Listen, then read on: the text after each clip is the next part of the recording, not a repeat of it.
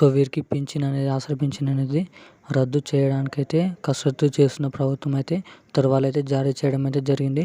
So ఎవరికి pension అనేది రద్దు కావడం అవుతుందో ముందున్న రోజులలో, సో ఎవరికైతే పింఛన్ అయితే వస్తుందో రాదో పూర్తి వివరాలు అనేది బ్రేకింగ్ న్యూస్ అనేది పూర్తి వివరాలు వీడియోలోకి వెళ్ళైతే చూద్దాం. దానికంటే ముందు మన ఛానల్ ఎవరైనా మొదటిసారిగా చూసినారంటే మరిన్ని కొత్త లేటెస్ట్ అప్డేట్స్ బ్రేకింగ్ న్యూస్ల కోసం అయితే ఛానల్ అయితే సబ్స్క్రైబ్ చేయండి, గంటనైతే ఆన్లో పెట్టుకోండి. సో అప్పుడే నోటిఫికేషన్ రూపం ద్వారా అయితే అన్ని ప్రత్యేకమైన న్యూస్లు అనేది మన ఛానల్ ద్వారా తెలుసుకోవడానికి అయితే ఛాన్స్ ఉంటుంది. సో మరి వీడియో నచ్చినట్టయితే ఖచ్చితంగా లైక్ చేయండి, మీ బంధుమిత్రులకి ఇన్ఫర్మేషన్ అనేది షేర్ చేయండి. సో ఏమాత్రం లేట్ చేయకుండా మనమైతే వీడియోలోకి వెళ్ళి పూర్తి వివరాలు అనేది తెలుసుకుందాం. సో తెలంగాణ రాష్ట్ర వ్యాప్తంగా మనకైతే ఆసరా పింఛన్కి సంబంధించిన 50 లక్షల నుంచి 60 లక్షల దాకా ఆసరా పింఛన్ లబ్ధిదారులు ఉండడం అయితే జరిగింది.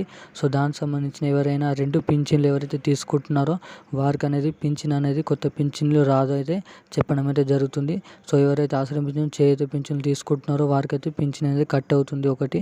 సో రెండోది ఏంటంటే ఎవరైతే ఈకేవైసీ చేయించుకోలేరో జనవరి ఆఖరి నెల వరకు ఈకేవైసీ ఎవరైతే చేసుకొని వారు ఉన్నారో వారికైతే ఖచ్చితంగానైతే పింఛన్లు అనేవి రాకుండా ఉండడానికి అయితే ఛాన్స్ ఉంటుందనేది చెప్పడం అయితే జరిగింది. సో ఎవరైతే ఇంకా ఈకేవైసీ చేయించుకోలేరో ఖచ్చితంగా దాన్ని అయితే చేయించుకోవడానికి అయితే మీరైతే ప్రయత్నించండి.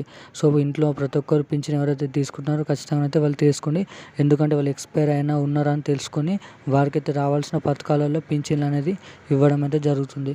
సో ఈరోజు ఉన్న అప్డేట్ అయితే ఇది. మరిన్ని అప్డేట్స్ కోసం అయితే ఛానల్ అయితే సబ్స్క్రైబ్ చేయండి. Thank you guys.